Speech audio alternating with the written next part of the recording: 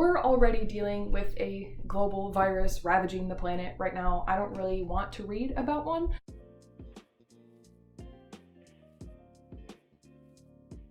Hi friends, welcome back, or just welcome if you're new. My name is Emily, and today we're going to chat about Undying by Amy Kaufman and Megan Spooner. I do just want to preface this video by saying that both of my roommates are moved in now, so we have a full apartment, which is super exciting, but obviously having more people in the apartment comes with more noise, so if you hear any background chatting or music or whatever, just know that it's my lovely roommates. So I did a video on the first book in this duology, Unearthed, about a month ago, and I loved Unearthed so much, so obviously I ordered Undying immediately, and to be perfectly honest, I was a little bit disappointed with this one, but we'll get to that later. So first, we're gonna get into a summary. Strap in, let's go. Undying picks up right where Unearthed left off. Mia and Jules are trapped on an Undying ship with seemingly no hope of getting home. However, they are able to sneak onto an Undying shuttle that's on its way to the surface of Earth. But once they reach Earth, they realize that the International Alliance, or IA, isn't as quick to believe their story about Gaia or the Undying as they thought. Mia and Jules need to travel across Europe, the IA and the Undying being constant threats to their safety, in order to stop the Undying invasion and save the world. The beginning of this book started with a synopsis of book 1, and yes please? I wish every sequel did that, honestly. I have a relatively good memory, but sometimes it can be difficult to remember what happened back in book 1, especially when you don't read them back to back. Because of the synopsis of book 1 at the beginning of this book, I wasn't really confused or lost at all when I started reading, so that was really nice. Okay, I'm sure you're all wondering about this if you have read Undying, and when I'm going to address the Undying dialect, because I don't know if other people experience this or if I'm literally just dumb, but it took me so long to catch on to the Undying dialect, way longer than it should have. When we were first introduced to it, in that scene where Mia and Jules are in the junction, they call it that little spot in the wall that they found, and they're listening to Dex and Atlanta talk, it took me 3 or 4 times to actually understand what Dex and Atlanta were saying. It took me until the end of the book to realize that shift in the Undying dialect meant move and not go. I don't know. It was just it took me a while to get into it, and eventually I understood it, but I don't know, maybe I'm just dumb. Remember in the Unearthed video when I was talking about Mia and Jules having honesty and open communication as a really important part of their relationship, and it was just kind of a prediction, just something that I had noticed? Well, what do you know? I was right. Mia and Jules definitely had issues in this book.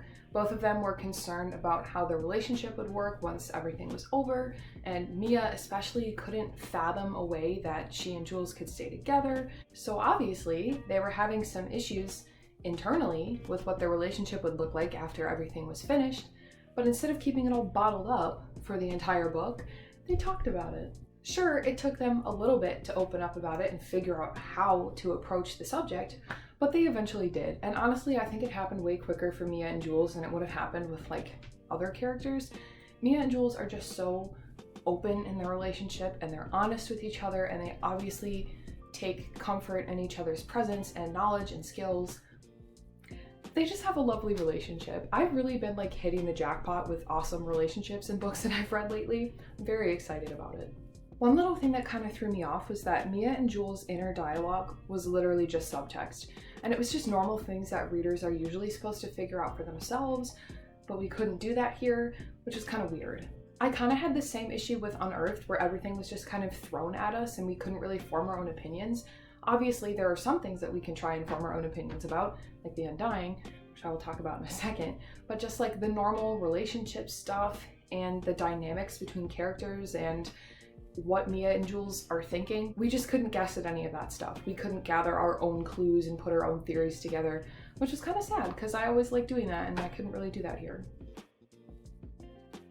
Okay, so I know I just talked about not being able to fill in the blanks or create your own theories or anything, but like I said, the one exception for that is everything about the Undying, because wow, I feel like every 10 pages my opinion on the Undying changed. A big red flag that things weren't what they seemed to be was obviously Dex. The way that he noticed Jules and Mia and didn't call them out, and how he was kind of trying to help them when they were in IA custody and stuff like that. Actually, I never settled on who or what Dex actually was.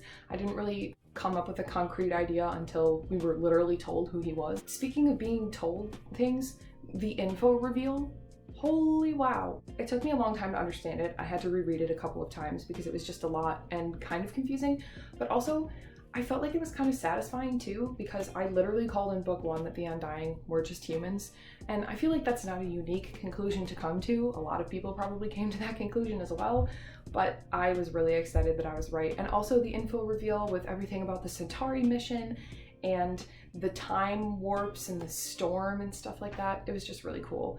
Okay, really quick side note, when Mia, Jules, and Neil are riding through Lyon, France, I don't know if that's how you say it, if it's Lyon, Lyon, I don't know.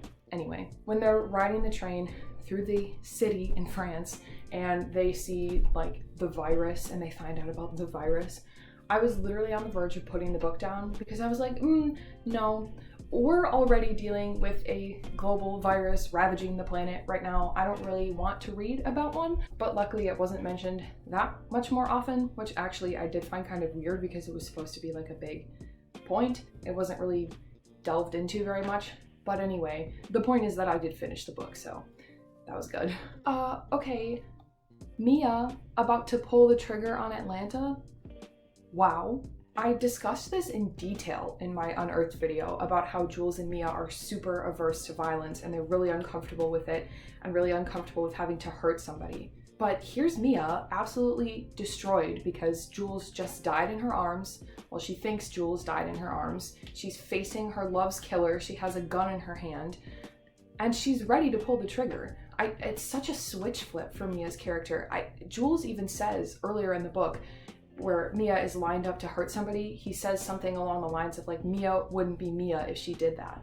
That's just so incredible, that development, and knowing that there's a tipping point for Mia where normally, you know, she's a little hot-headed and spontaneous, so you wouldn't be surprised if she did something out of the box a little bit, but this is completely out of the region of the box. Like, this is out of her character for her to want to end Atlanta's life. And the fact that there's that tipping point for her when Jules is hurt, Jules is dead, that's enough for her to cross that line and to pull the trigger. Wow. I also thought it was really interesting how Amy Kaufman and Megan Spooner explored Jules's trauma about his dad's public humiliation when Mia and Neil suggest to Jules that he needs to go on a live feed and talk about the Undying just like his father did.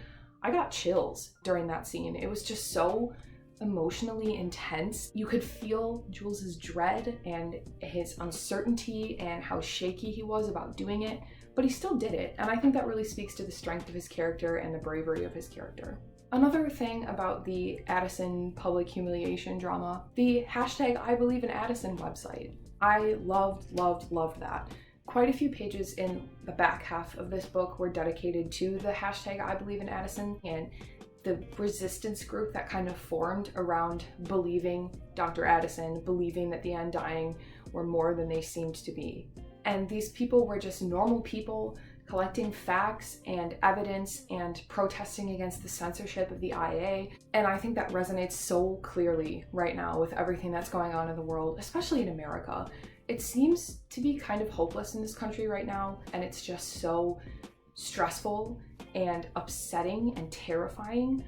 But the fact that there are people who are still willing to fight and who know how important it is to fight is just incredible. It doesn't matter how small of a group you are, it doesn't matter how little funding you have, or if people in power don't back you up, you're still gonna fight for justice and equality and truth. And I think that's super important. Just like the hashtag I Believe in Addison people were making waves with their social and political activism, we can do that too. We need to make a space for ourselves. We need to make ourselves heard. We need to make sure that people receive justice. We need to make sure that people are getting the help that they need. I'm gonna give out my first non-whole number rating to Undying, and I'm gonna give it 3.5 stars. I liked the characters, I liked the message, but the plot just kind of fell a little flat for me. I took a little bit of time to reflect on this book before I wrote the review, and obviously before I filmed, and I was just trying to think, like, what is that weird thing that I just can't get past about this book and this duology in general? And it was that I feel like these books would have translated into film way better than they translated into literature. It would have been more exciting if they were movies, and I think it also would have been an interesting filmmaking challenge to get all those info dumps into a filmable format. Favorite quote time. Again, I think this one really reflects the society and the world that we're living in right now. We get this from Jules after he sees the hashtag I believe in Addison page. He says, "Maybe I can't go home, back to how it was before, but maybe wherever we're headed can be better." And wow, if that doesn't ring true right now, I don't know what does. Everyone is so obsessed with going back to normal, getting back to a normal routine, getting back to their normal lives. But normal wasn't necessarily good. Normal had people struggling and suffering every day in a system that wasn't designed to help them in the first place. Normal had people disconnected and distanced from their loved ones. Normal had us trying to balance hundreds and hundreds of things every day and then getting angry with ourselves for dropping one of those hundreds of things, even though we're already trying to do too much. And honestly, if that's the normal that we're trying to go back to, I don't know that I want it. I think despite the horrific things that are going on in America and in the world right now, we have an opportunity to change for the better. And we are doing that 100%. People are marching, they're protesting, they're writing letters and emails and making phone calls to representatives, they're wearing masks, they're helping others, they're showing love and kindness. And it's incredible. We have the capacity to change. We don't have to go back to normal. We can strive every day for something better, and I think that's amazing. Hi friends, I'm editing, so excuse the horrible lighting and the less than polished appearance, but I just wanted to acknowledge that everything that I just said comes from a place of privilege. I know that I'm a cis, white, straight woman and that I have a lot of privileges that a lot of people in this country don't get to experience. And so I can take this situation and I can make it better for myself, or I can try to see the good side, but for some people it's really hard to do that because right now they're just continually being oppressed. But my message is not one of entitlement or trying to lord any privilege that I have over other people who don't have those types of privileges. I'm just trying to say that we don't always have to be upset and scared for the future, that we can take action and make change. And lots of people have been doing that. I've been doing what I can, and it's so important. So if you've been thinking about taking action, if you want to take action, if you have been taking action, that's wonderful. Just make sure that you get involved in some way and you help the people who don't have the privileges that you have. Well, that got a little soapboxy, I guess, but it's all just really important stuff that needs to be said. If you want to reach out and talk about any of that stuff, if you want to share your experiences, please do so in the comments. I would really love to hear from you. And with that, that's all I have on Undying. Thank you so much for watching. Be sure to like and subscribe if you so choose, and I will see you next time. Happy reading.